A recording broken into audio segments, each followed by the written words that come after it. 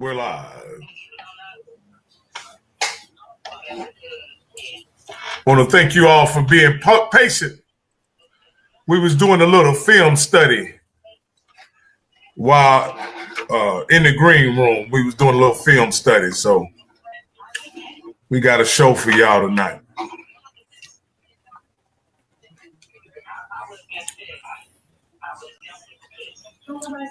Another HBCU legend scheduled to be with us tonight. Nobody can get the guest quite like HBCU Coaches Corner. Give them about 30 more seconds as they pile in. Man, we ain't got no music tonight. Oh, you can't hear the music?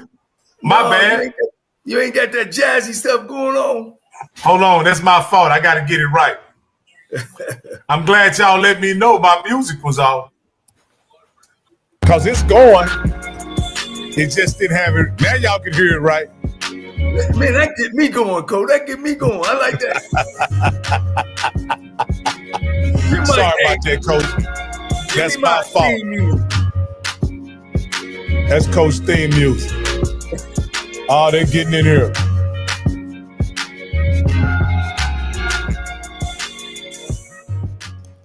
I'd like to welcome everybody to HBCU Coaches Corner.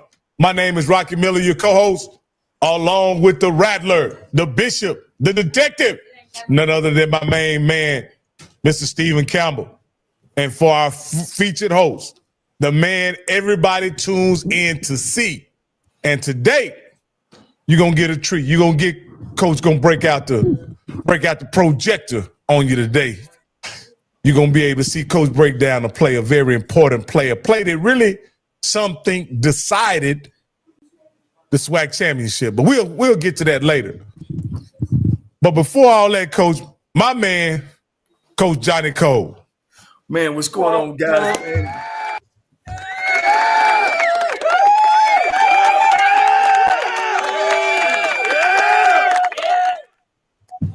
Man, look, boy, we back again. Another great Tuesday, man. Another great legend that we're about to bring on.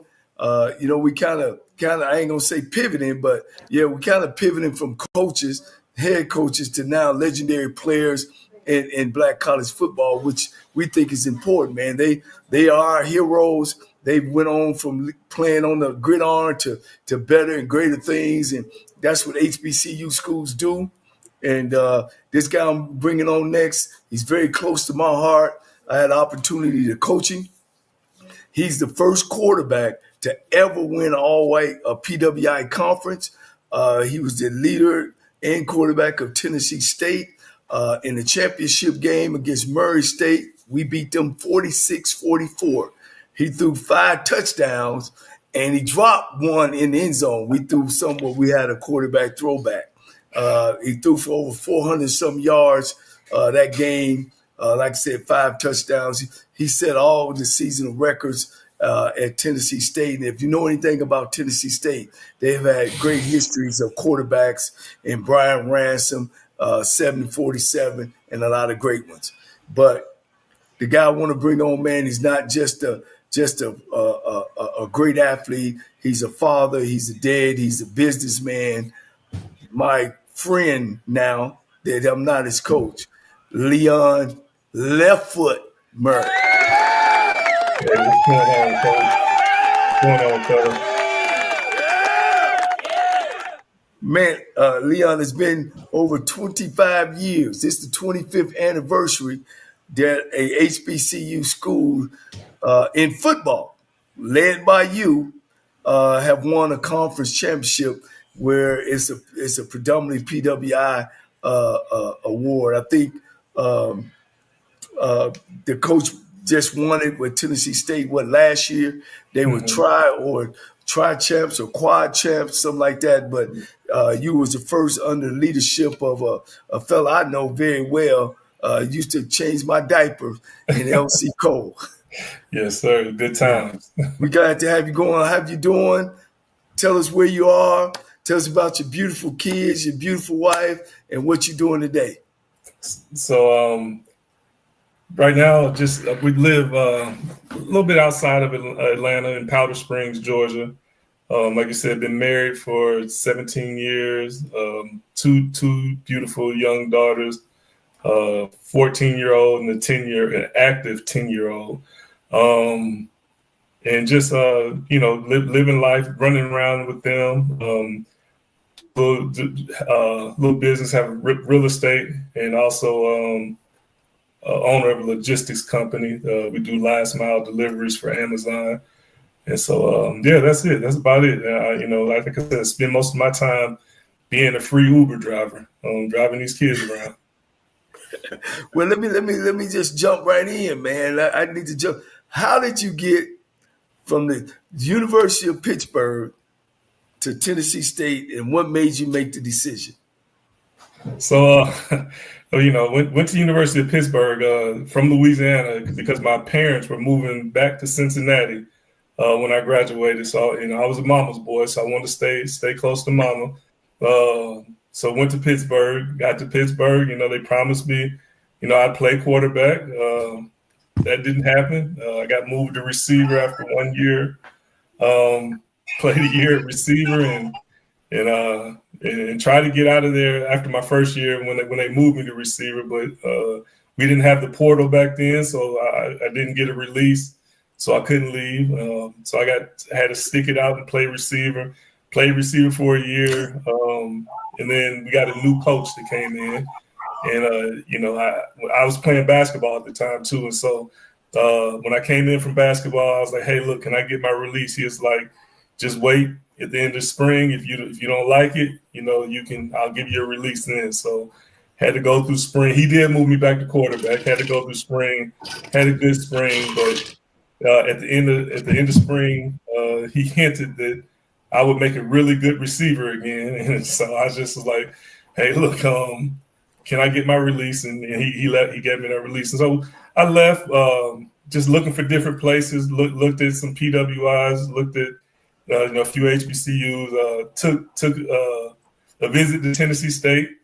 On that visit, met you and Coach LC, and fell in love with the family environment. Met my roommate Tyrone Butterfield there, and we stayed in contact throughout because he was transferring from Michigan. We stayed in contact throughout the recruiting process. He took a couple visits. I took one more visit, and we both were just taking visits just to be taking trips at that time because we had already kind of figured out, we wanted to be at Tennessee State. So, we both committed there, and best decision I could have made. Yeah. One of the things that, I know the big thing about how Deion came in with transfers, I don't think they understood back in 1996 the transfers we brought in with you and all the guys, all the great guys that we brought in.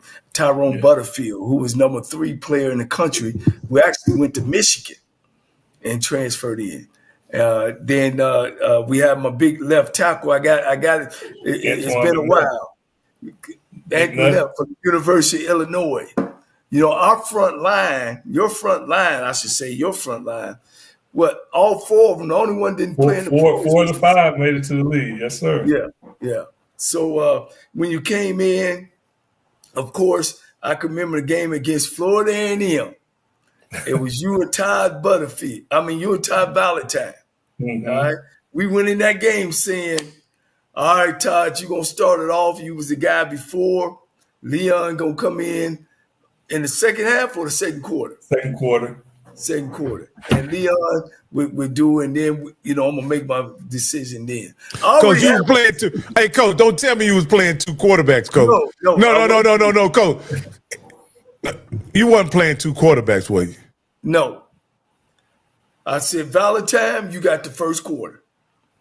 And if we roll, Coach, you might have to give him a little history about Valentine. Was he was a freshman the year before I got he was a quarterback before Leon showed up. He was averaging 300 yards a game before Leon showed up. So then here come Leon coming in. You know what I mean? So now I got the guy that I started this year with and Leon. No, I don't do that 2 quarterback system. That sounds like 2 quarterbacks to me. Does it sound like 2 quarterbacks to you, Campbell? It sounds like a quarterback and a half. So, in defense. Because what it was, Coach, see, let me tell you something. Leon's going to probably tell him. The guy was already there. Coach wanted to be lower, but he knew he wanted Leon because Leon probably in practice was probably performing. But he said, you know what? Let me just let this guy, because this is the guy I really want. I bet you that's what happened. Because we're going to talk about the FAMU game, Leon, that got you to sit on your way. Coach, you hit it on the nail. I gave him because he was the guy. And, of course, that first year, you know, we having friction. We bringing all these studs in. We got these guys there, so we going through. So I said, okay, Valentine, you're going to start. If you're rolling, you're going to stay. Yeah. You know what I mean? If not, Leon come in a second. Leon came in and completed 15 straight in a row. It was history. I already knew what was going to happen. It was him. He completed 15 in a row, and we went on to get after them Florida A&M folks. Coach, you didn't change Valentine's position, did you? No. He stayed the backup. He stayed the backup. Okay. You know, he stayed the backup. But we wasn't alternating no more either, Coach. Let's get that straight. How was your experience from being at a PWI, big time, in the HBCU? You know, because a lot of people is like, you know, well, I'm stepping down. But what was your experience?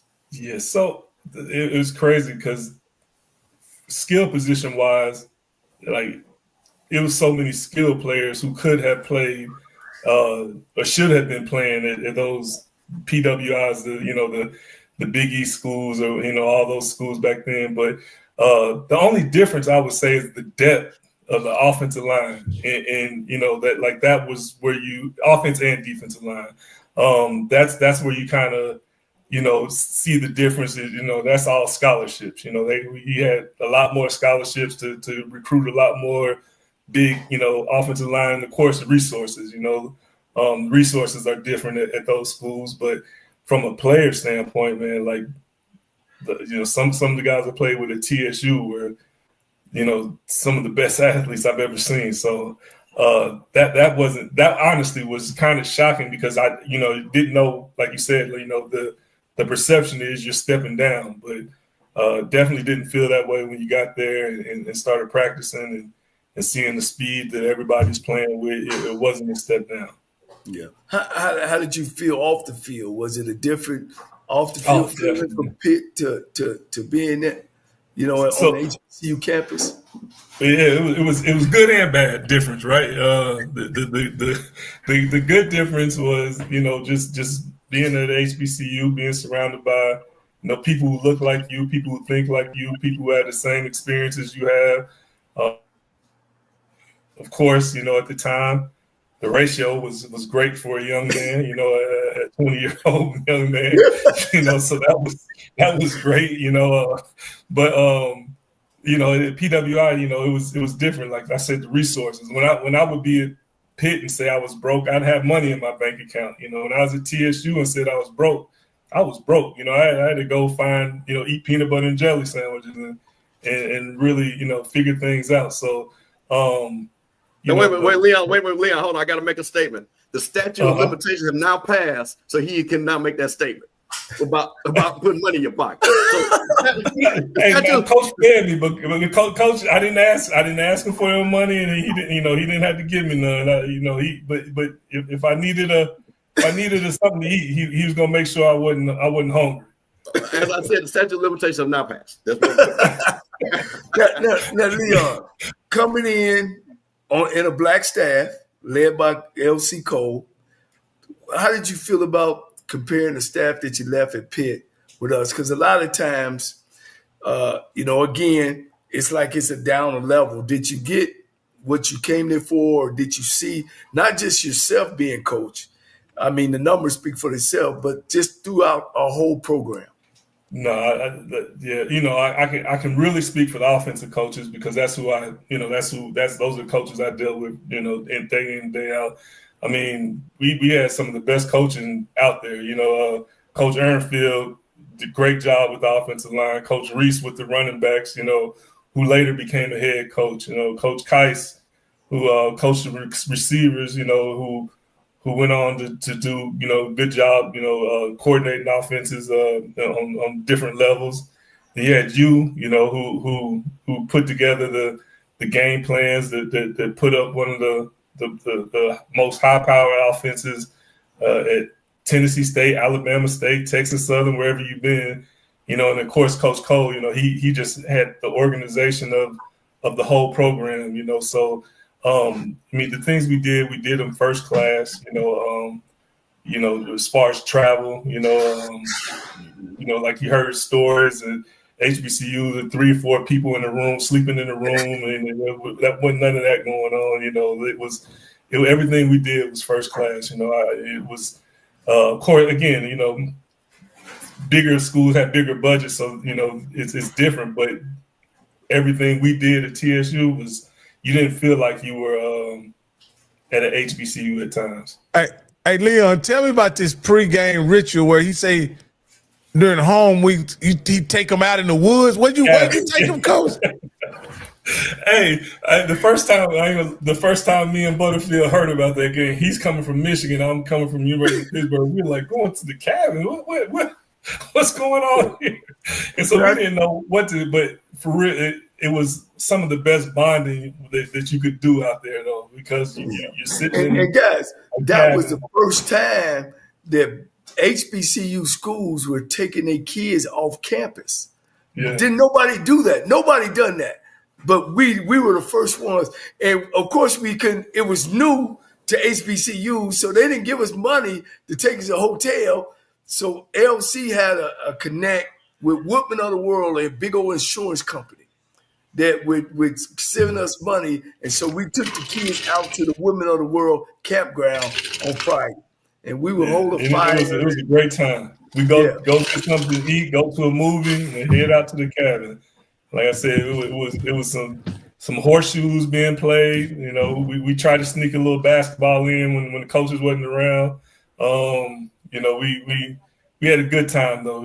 Sitting there and everybody talking about each other in the cabins because it was a lot of fun. Like I said, when I first thought about it, I was like, man, we went out to the cabin. What is this about? But once you got out there, you're like, oh no, let's get back to the cabins. It was fun. I enjoyed that. Let me ask you this, Leon. Were y'all that terrible when he had to keep the girls that get y'all that far away from the girls? Probably so. Because that's what that's all about. That's all that is. That's all it's about, getting you away from those girls, man, before game night. They were they all been there, done that, so they know what had happened to a bunch of 18, 22-year-old guys sitting on the campus with that much access to you. It was a smart move for sure. It's gonna be tough making curfew night before the game. Yeah, otherwise take us out to the woods. Did you know when we ended up losing to Middle Tennessee State, who eventually went to Division I the next year, and we had 10 more games. 8 was on the road. Did you know that we would run the table? Did you feel, of course you guys would be having your own conversation, and we really thought we were pretty good. Yeah. I was about to say that we thought we were good. I didn't personally, we just, we take off like that. But we knew we were pretty good, at that point. We let that game slip away from us. So it felt good. Like it wasn't a moral victory, but when we left that game, we knew we had a good football team. We knew we could compete with anybody, and so we definitely thought that we were going to win a lot of games. Did we know we were going to win the championship? I can't say I left like, oh yeah, I know we're going to win the championship, but I knew we had a chance. Yeah. Well, let me. I'm going down memory lane. We played East Illinois. Yeah. East Illinois guys, and right then we were high powered. We were 39 a game. We kicking some butt. We rolling, y'all. And who we playing with at Eastern Illinois? What's his name? The quarterback. Was that Romo? Yep, Romo. We playing Romo them on their family day, Rob. and they had us something like 21-7 at half. Yeah. And they up there saying, where this high-powered offense at?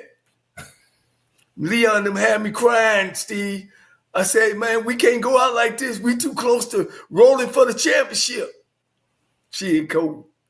What was your mind at then? You remember that halftime? Yeah, I remember that game. Yeah, because I remember walking in and LC said, "Don't holler at nobody. Just don't holler at them. Just come on in and talk to them, and we okay." What was your thought?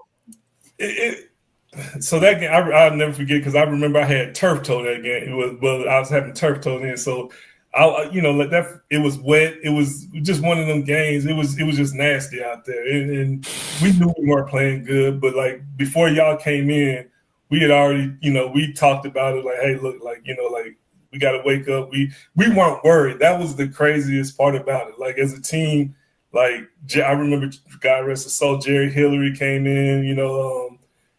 Like, hey man, like, are you worried? I was like, nah, we gonna win.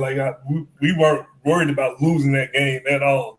And I don't know if that was just foolish, naive thinking by us, or just that much confidence we had. But we knew we hadn't played, our type of football.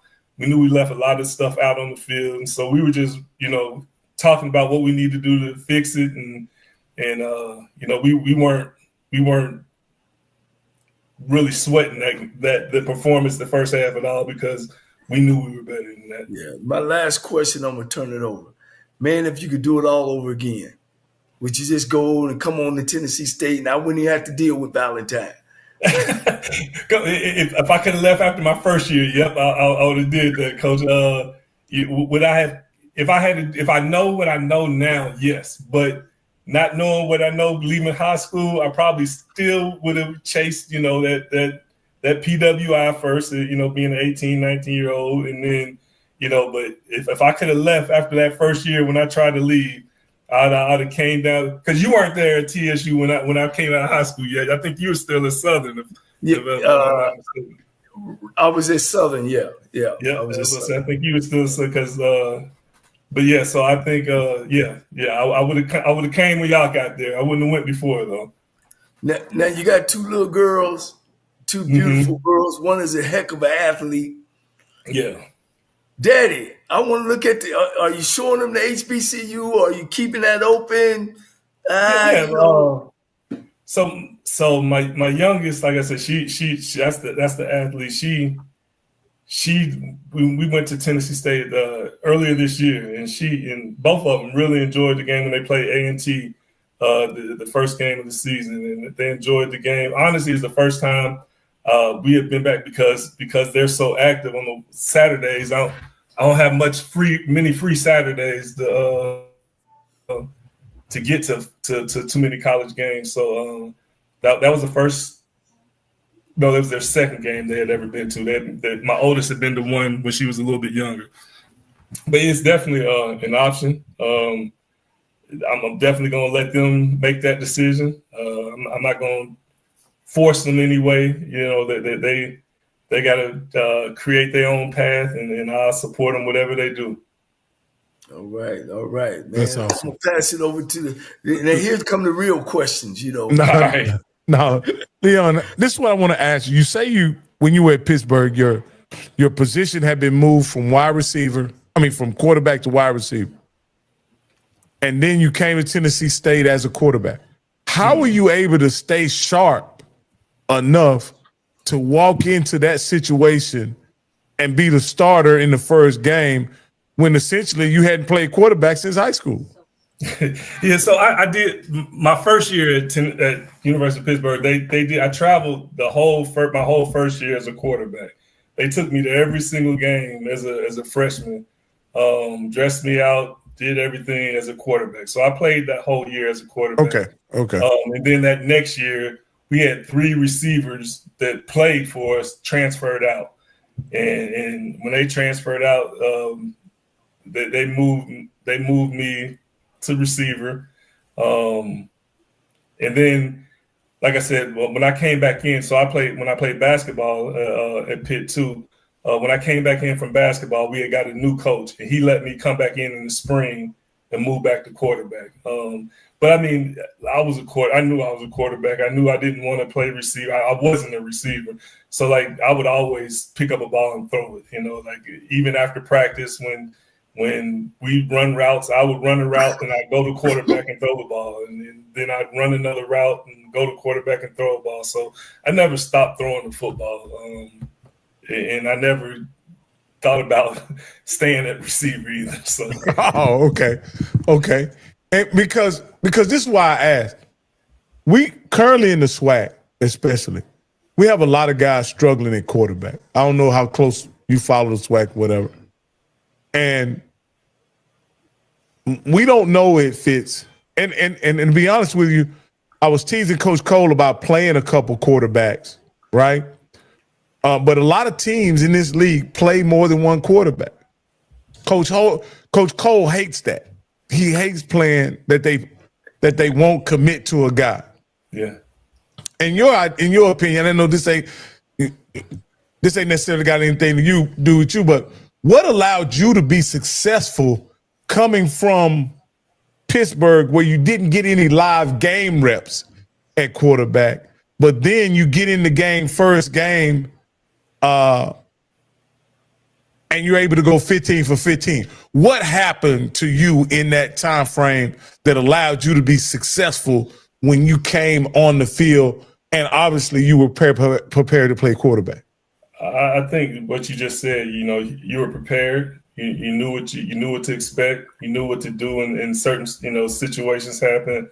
You were coached up. You had good game plans, and you had confidence. That's one thing Coach Cole made sure we were all confident. Like we weren't going to lack any confidence in that quarterback room. So you knew what to do. You knew what checks you should be making, what audibles. You knew the game plan. We used to have to get up at 5 o'clock in the morning and come watch film, make sure we knew the game plan. So we were well prepared. So it wasn't many surprises when stuff happened. We had seen it before, and you knew, like I said, you knew what to expect. So let me ask you this: in your opinion, has there much changed about you? Also coach. So those of you who don't know, Coach Murray was a coach also. And I'm just asking you, did much change about coaching the quarterback position from what you experienced in college to what you ultimately saw at that level coaching? I don't know if, and I hate to sound like an old person right now, but I think some of the players have changed. Like you used to coach. Now coach is hard now. He didn't baby us. He coaches hard. Some of the stuff he used to say sometimes, I don't know if you get away with that right now. To be perfectly honest, you probably get thrown up in the president's office for some of the stuff that used to be said. So I think just being able to be mentally resilient. Some of them, could be they're just not resilient. They've been kind of handed things and kind of pacified a little bit to where when something happens, it's harder to shake back than it was for us. Like we something bad happened. It's like, hey, look, it's bad. What we do? How can we fix it and keep going on? That and then just like you said. Not having patience. I think everybody doesn't have the patience to let somebody mess up a few times and stick it out. And the coaches are in hot seats every 2 years, and so if their quarterback isn't playing good, they want to see if the next guy can play better. And so that's why I think that's why you get 2 or 3 quarterbacks playing in a year, because everybody wants this instant success, and if it doesn't happen right away, you lose patience. Now, Coach Cole won't say this, but and correct me if I'm wrong, Coach Cole, you believe the quarterback's performance on Saturday has everything to do with how he's prepared Monday through Friday, right? Ain't no question. So when you see a player fail out there, Coach Cole's contention is it's not the player failing. it's the coach not having the player prepared. Do you agree with that?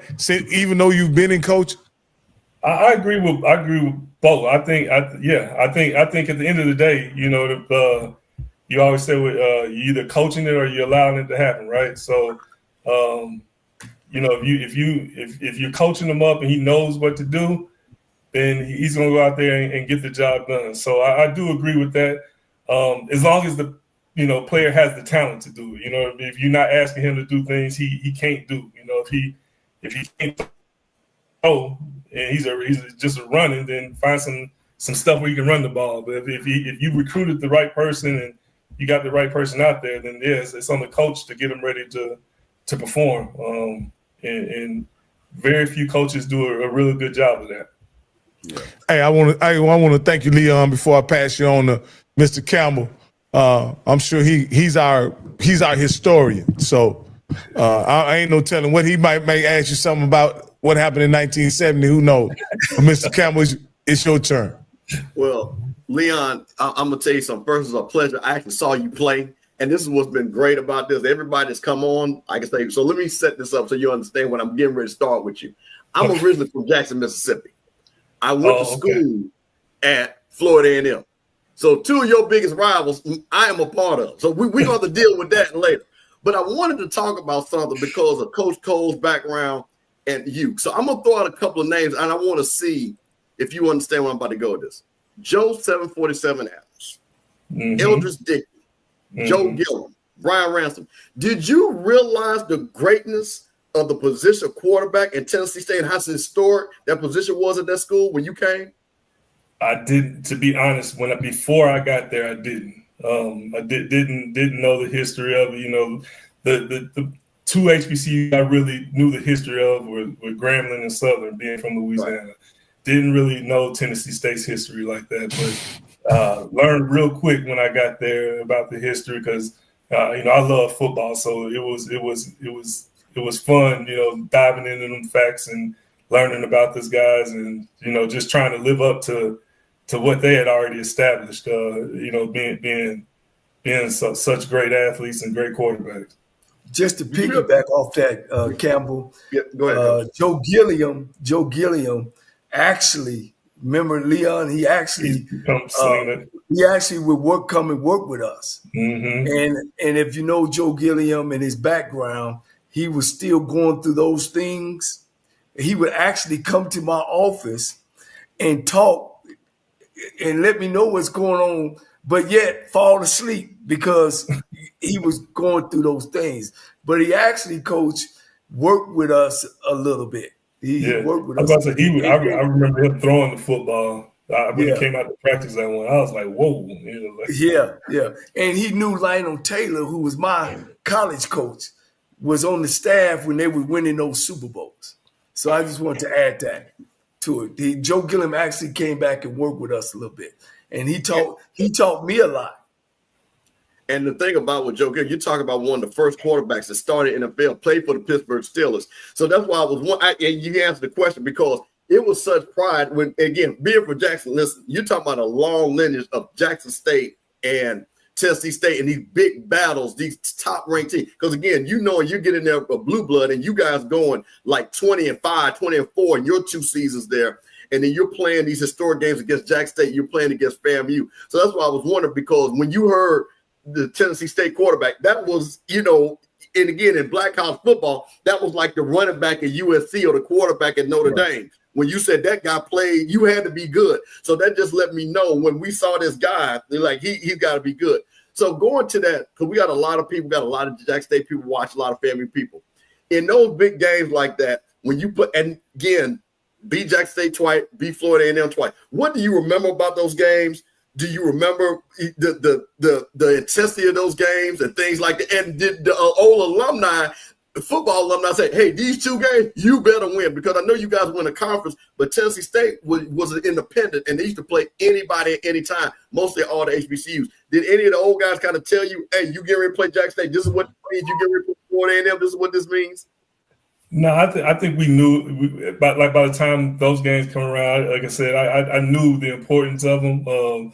The whole week, you know the build up going into those games. you know what to expect. You know, in Memphis, you're gonna get 50,000+. And when we played FAM in Atlanta, you know, you're gonna get, you know, the Georgia Dome is gonna be sold out. So you knew what you were walking into. So you just really had to, you know, focus in and not let the moment get too big for you. You know, not get too anxious, too excited. You know, try to stay level and be, you know, just go through your preparation like you usually do, but you know it's a little bit more significance at the end of the day. All right, I'm gonna ask you this one last question.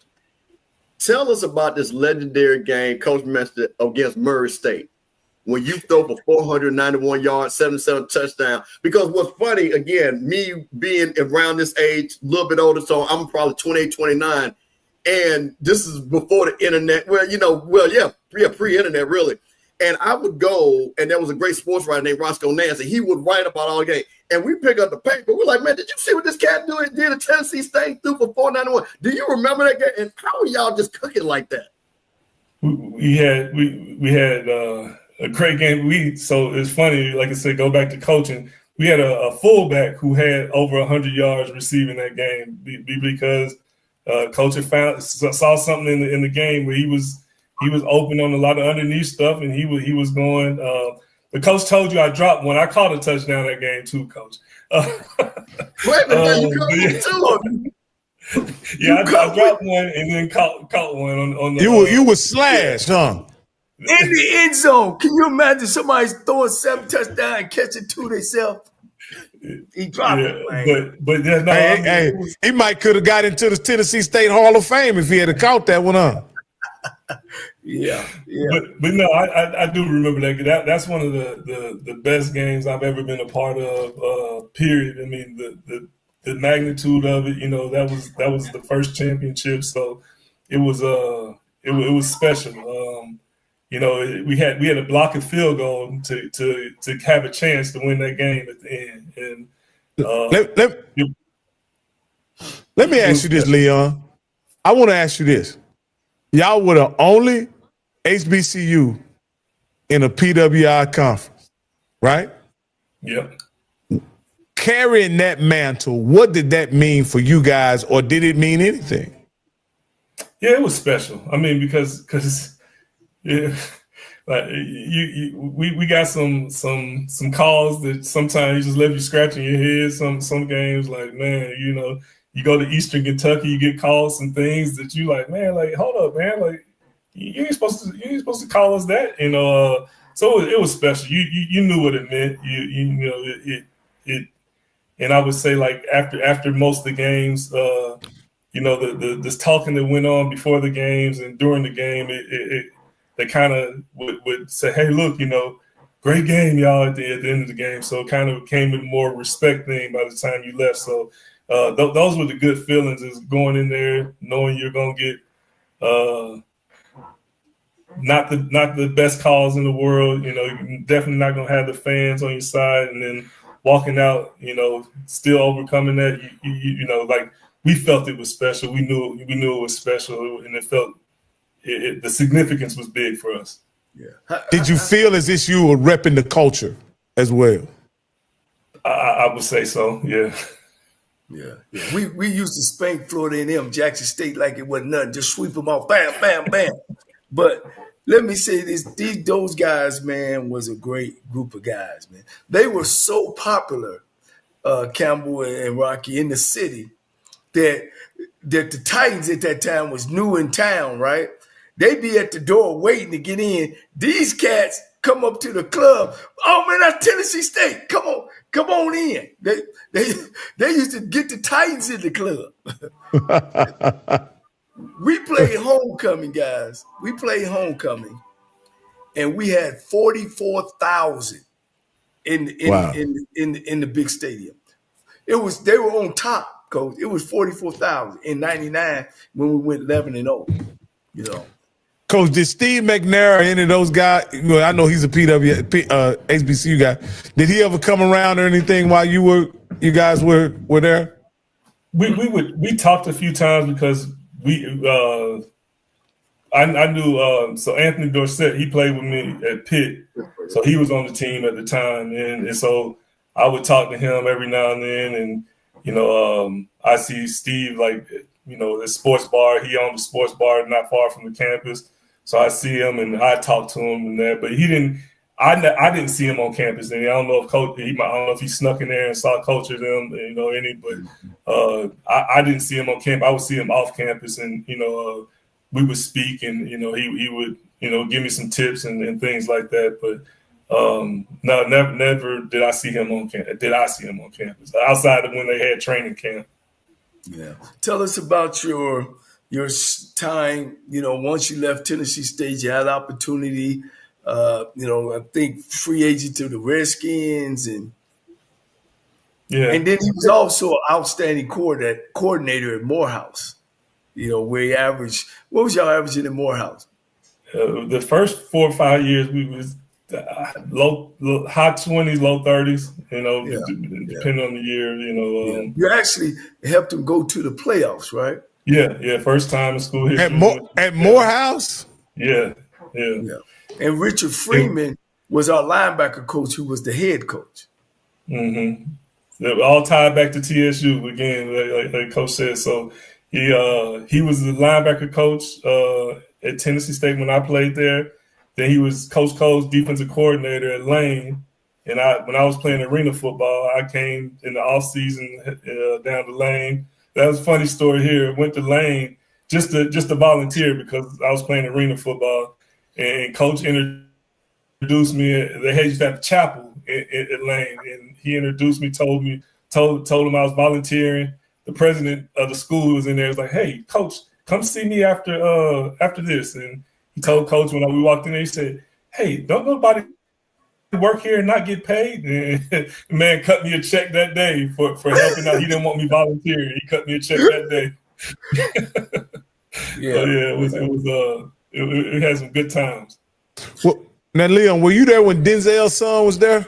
I came the year after him. He was there the year before I got there. Yep. Okay. Yeah. Well, Coach, man, we don't want to hold you long. I know you got the family time and the business is going, and I love you like you're a son. Yes, sir. Love you too, Coach. Man, we had a great time, and I know you had a great time, and I want to thank you for letting me be a part of your success, man, because you didn't have to take the coaching. You could have came in with that big time attitude. You didn't. You soaked it all in, man, and the rest is history. And I'll never forget those days. Me neither. I appreciate it, but appreciate y'all. Yeah. Anything else, Rocky? Or No. I just want to say thank you, Mr. Murray, and congratulations on being inducted in the Tennessee State Hall of Fame. One of these days, hopefully. Are you not in, Coach? Oh no. Coach, hey, Coach. Hey, that's come on now. Hey, look, that's a whole nother story about the 98 and 99. Well, don't feel bad. Bruce Eugene I didn't realize that. Wow. Yeah, don't feel bad. Yeah. But yeah, man, that's a whole nother episode of why some of these cats ain't in these Hall of Fames, Coach. That's a whole nother.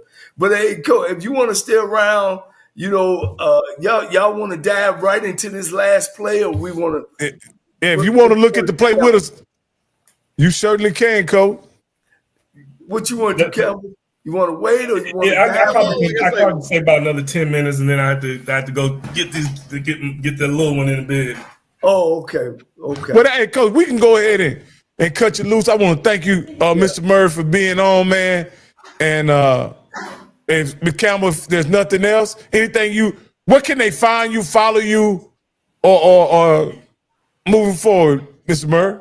I have no. I think Instagram is at Realtor Coach maybe. I don't know. I'm very rarely on there. I'll go on there and like somebody's picture and I'm back off of it. I don't do too much social media, but yeah, I try to stay as low key as possible.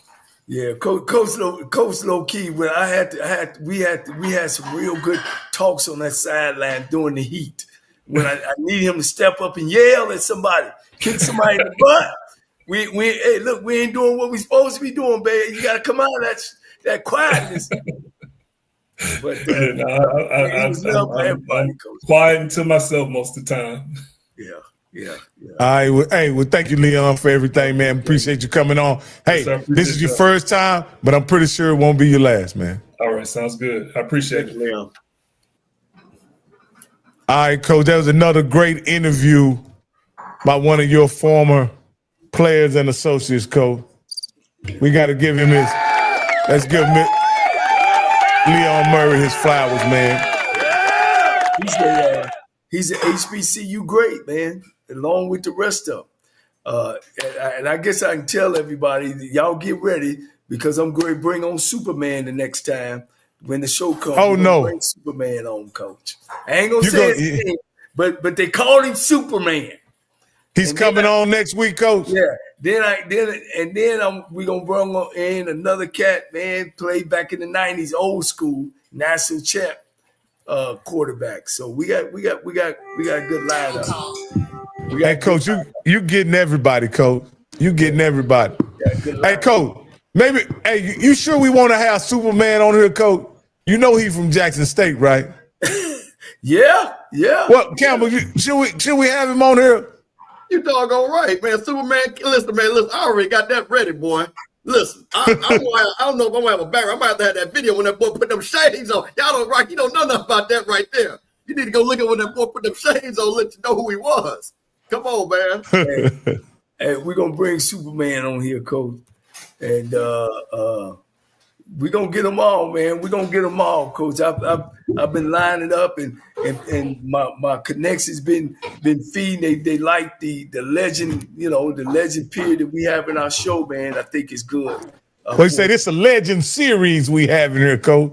Yeah, it's a legend series, man. We got. Let me say one thing. Let me say one thing. Go ahead. And Leon was being very humble.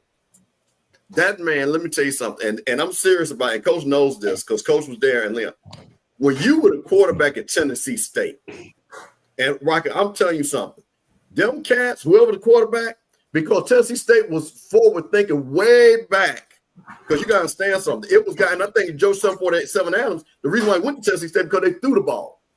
And they were ahead of the game. And this is what I'm saying. When some of these people talk about the coaching now and things like that, you're talking about legendary coaches that had legendary offenses. Rocky, these guys were throwing for 2,500, 3,000 yards like it wasn't nothing. You know what I mean? And I'm talking about complex offensive systems where these quarterbacks would, like what you see today, it would be embarrassing if those guys could get a teleport and come now.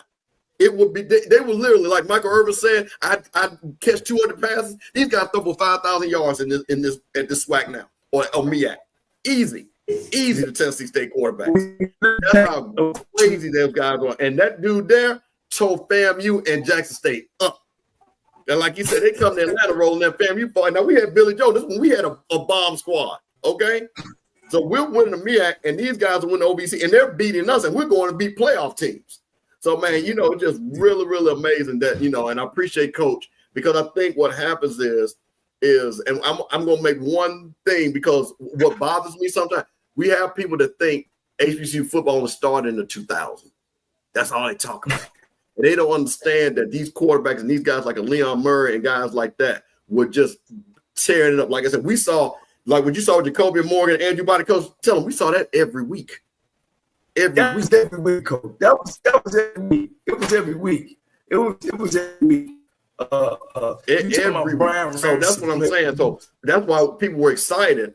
And people that's my age, when I'm sitting up here seeing a game when you see Jacoby Morgan and again these historic programs, when you saw those battles like that, again we talked about Bruce Eugene and Superman Kent, Kent go for 500 something crazy, you know what I'm saying, and all these things like that, him and Darnell Kennedy, and then Bruce Eugene coming in to playing those games. So we saw those games. So I just kind of wanted to put that out there and let you guys know the people that we're talking about, man. These are some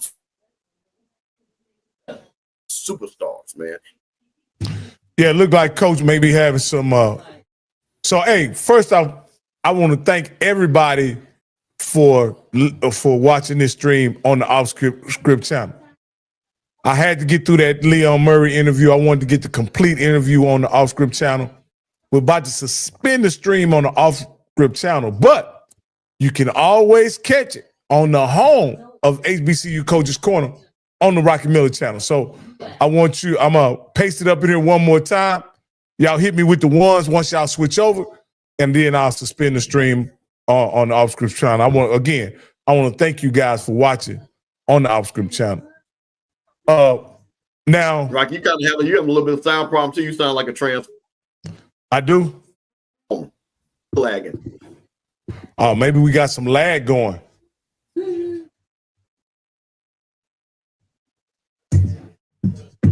Hold on.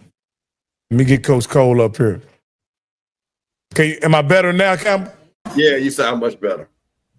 Yeah, okay. Just straight out.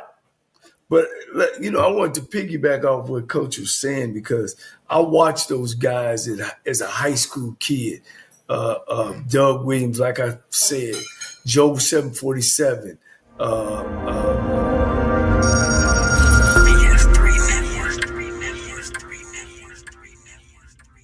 BS3 Network, changing the way you watch TV.